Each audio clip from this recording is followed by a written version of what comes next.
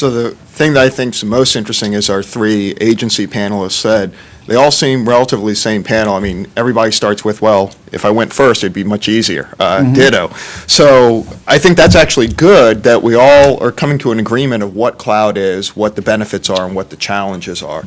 I think one of the biggest challenges is probably the process, because the government and people need to start thinking about things differently. Instead of, let's go gather requirements, they were talking about, and I believe it was, building a piece of equipment in the DoD that it would take from the time that they came up with the idea, so the RFP, to implementation could be as much as 4 or 5 years. And when we get to the cloud, that's unacceptable.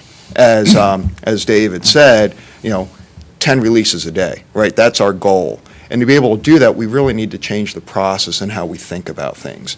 And one of the ways to do that is to use an open source community type model, which is one of the things that actually Red Hat does every single day. There's something called the Fedora project, which people may be familiar with, where Red Hat is working with the community. We take that, and through a lot of communication, a lot of collaboration, we're able to build something and then be able to take that to the next step and make it enterprise ready so that anybody can use that. So being able to move through a process is something that's very important. And when it goes to the IT governance, we can take that exact open source community model and say, hey, here's something, and let's work to collaborate together to add functionality or feature, to modify something, maybe even remove something, but very quickly be able to make those changes and make it available. Right. So that's probably the hardest thing that I see, is changing the process and the mindset. Right.